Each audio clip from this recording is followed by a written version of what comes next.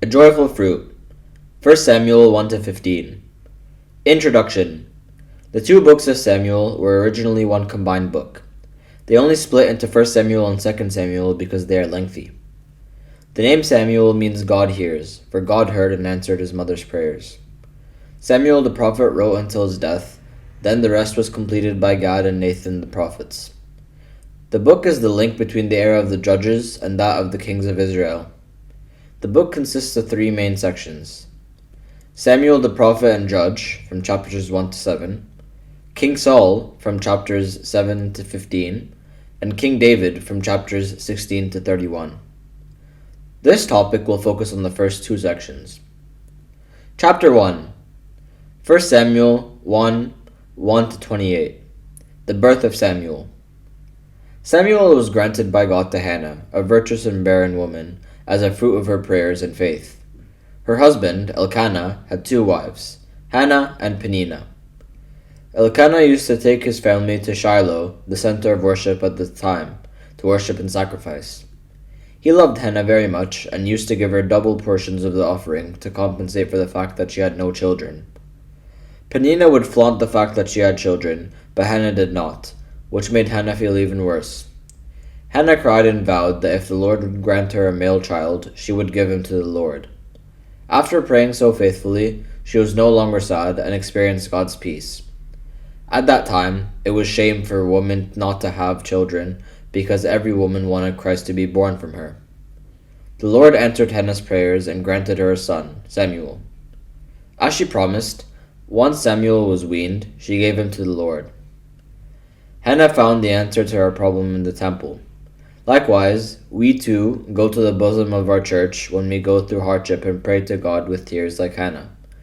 And the Lord is faithful to answer our prayers, just like he answered Hannah's. Chapter 2. 1 Samuel 2:1-36. Hannah's prayer, Eli's wicked sons, Samuel's childhood ministry. This chapter begins with Hannah's prayer, in which she rejoices in the Lord for having been given a son. Read Hannah's prayer and compare it to the Virgin Mary's song in Luke 1:46-55. Hannah then leaves Samuel with Eli the priest, as she promised to give the child to God. Samuel was a very small child at the time. Eli's sons were also priests, but they were found to be very corrupt. They dishonored God by taking their portion and more of the sacrifice before giving it up to God first. They were also rude and disrespectful to the worshippers and did not listen when they were told of their wrongdoings. Therefore, the sin of the young men was very great before the Lord, for men abhorred the offering of the Lord. 1 Samuel 2:17. Even as a child, Samuel would minister to the Lord, and Hannah was blessed with 3 more sons and 2 daughters for her faithful prayers. What other barren woman in the Holy Bible had their prayers answered and bore children? Eli knew his sons, Hophni and Phinehas, were corrupt, and he warned them of the divine judgment.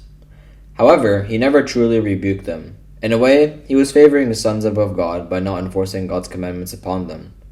For this reason, a prophet came to tell Eli that his priestly family would be destroyed. God would remove the priesthood from his house, remove the strength from his house. All his descendants would die in the flower of their age, allow them to see the ark of God captured by the Philistines, make his descendants wish to die, but their wish would be denied, have both of his sons die on the same day. Parents have a duty and are commanded by God to discipline their children. Knowing this, will your response to your parents' discipline be any different? Chapter 3. 1 Samuel 3:1-21. Samuel's first prophecy. When Samuel was still a boy, he ministered to the Lord in front of Eli. God called Samuel at a time when there were few faithful people. Even the priests were not faithful. God called Samuel 3 times. Each time, Samuel responded, "Here I am." He went to Eli thinking that he had called him. By the 3rd time, Eli knew that it was the Lord who was calling and told him to respond, saying, "Speak, Lord, for your servant hears." When the Lord spoke to Samuel, he revealed to him that he would judge the house of Eli because he did not restrain his sons from their evil ways. Samuel revealed this to Eli when asked. From that time on, all of Israel would know that Samuel had been established as a prophet of the Lord. The path of obedience is the shortest of paths, yet it is the most difficult. St. John Climacus.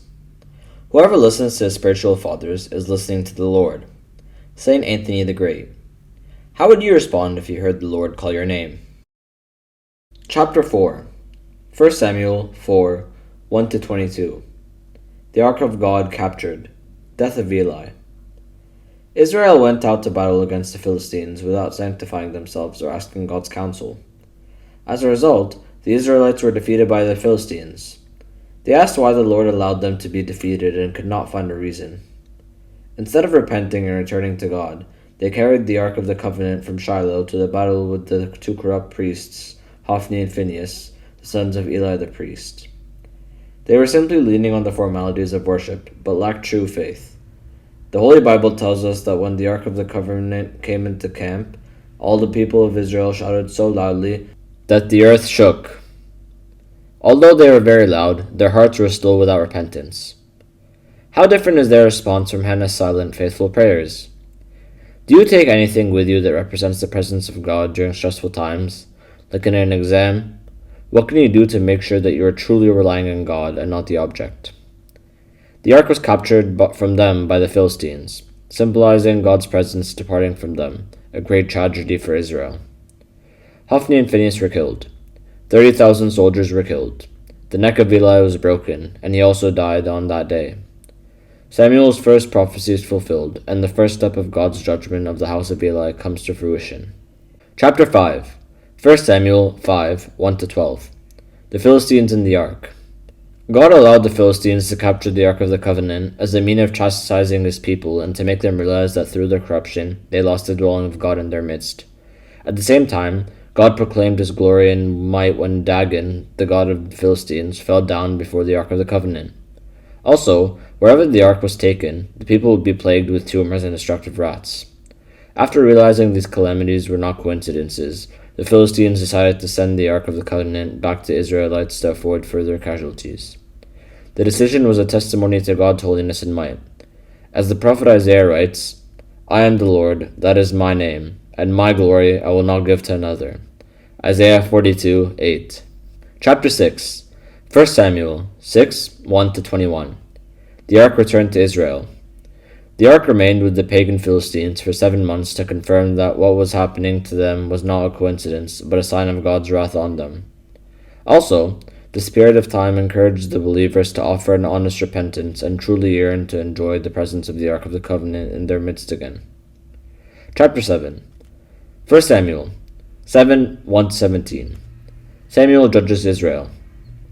For 20 years, Samuel had prepared the people of Israel for repentance. If you return to the Lord with all your hearts, then put away the foreign gods and the Ashtoreths from among you, and prepare your hearts for the Lord, and serve him only, and he will deliver you from the hand of the Philistines. 1 Samuel 7, 3. The people repented, and Samuel interceded on their behalf.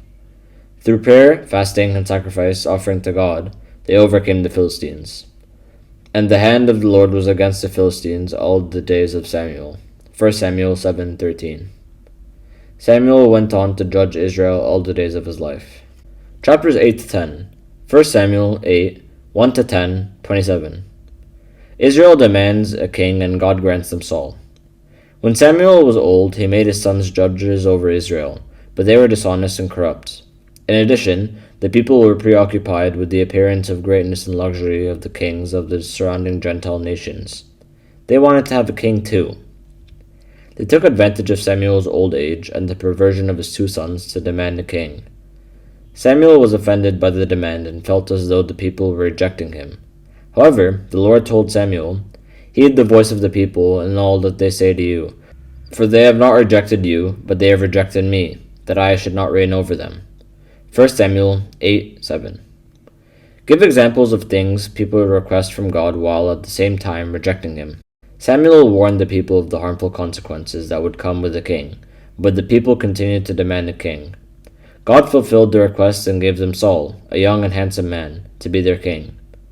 There was not a more handsome person than he among the children of Israel. From his shoulders upward he was taller than any of the people. 1 Samuel 9:2. The Lord revealed to Samuel that Saul would be the king of Israel, and Samuel would anoint him king. So it was, when he had turned his back to go from Samuel, that God gave him another heart, and all those signs came to pass that day. 1 Samuel 10:9. When Saul was announced as the king, the people did not thank God. Also, some did not like him, and did not bring him a present, as was the custom at that time. Saul remained silent and spared the people from a revolt. If you love the truth, you should love silence. This will make you shine in the Lord as the sun, and will save you from the deception of ignorance. Silence will unify you with God himself. St. Isaac the Syrian. Chapters 11 and 12. 1 Samuel 11, 1-12, 25. Saul's first victory and Samuel's address at Saul's coronation. The people of Jabesh Gilead were going to be humiliated by the Ammonites, so they implored Saul for help. The Spirit of the Lord came upon Saul. He rallied all the people of Israel to help, and they defeated the Ammonites. This was a very good start to Saul's reign, for which he deserved the renewal of his kingdom in Gilgal, where everyone rejoiced. Samuel gave a farewell address at Saul's coronation. He addressed the people of Israel and asked them to testify before the Lord and his anointed, Samuel's faithfulness to them, and to the fact that he never defrauded, oppressed, or received any bribe from the hand of any of them. He also reminded them of the Lord's blessings and reproached them for demanding a king. However, he opened the door of hope for them in the Lord who loves his people. His intention was to teach the new king a lesson. Chapters 13-15. 1 Samuel 13, 1-15, 35. Saul's unlawful sacrifice, and Saul rejected his king. Saul was in combat with the Philistines, and the people of Israel were in great fear when they saw that they were in danger. Although Saul was the king, he was not a priest, and should never carry out any priestly duties, like offering a sacrifice. Samuel told Saul that he would meet him in 7 days in Gilgal to give an offering to God. When Samuel was delayed, Saul impatiently offered a burnt offering to the Lord himself.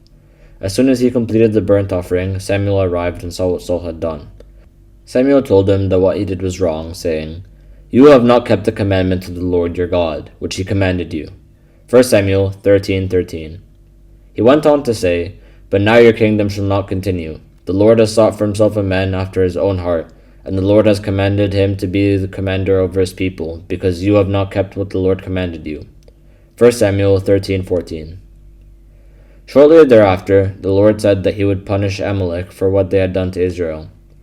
Saul was granted victory over Amalek, and he was commanded to destroy all that Amalek had. He was not to spare any man or beast. However, Saul did not obey the commandment. Instead, he did not kill Agag, the king of Amalek, but he took him alive. He also spared many of the animals. The Lord told Samuel, "I greatly regret that I have set up Saul as king, for he has turned back from following me, and has not performed my commandment." 1 Samuel 15:10. Samuel mourned for Saul, but told him that the Lord had rejected him for being king for his disobedience. After this, Samuel never saw Saul again, but he continued to mourn for him.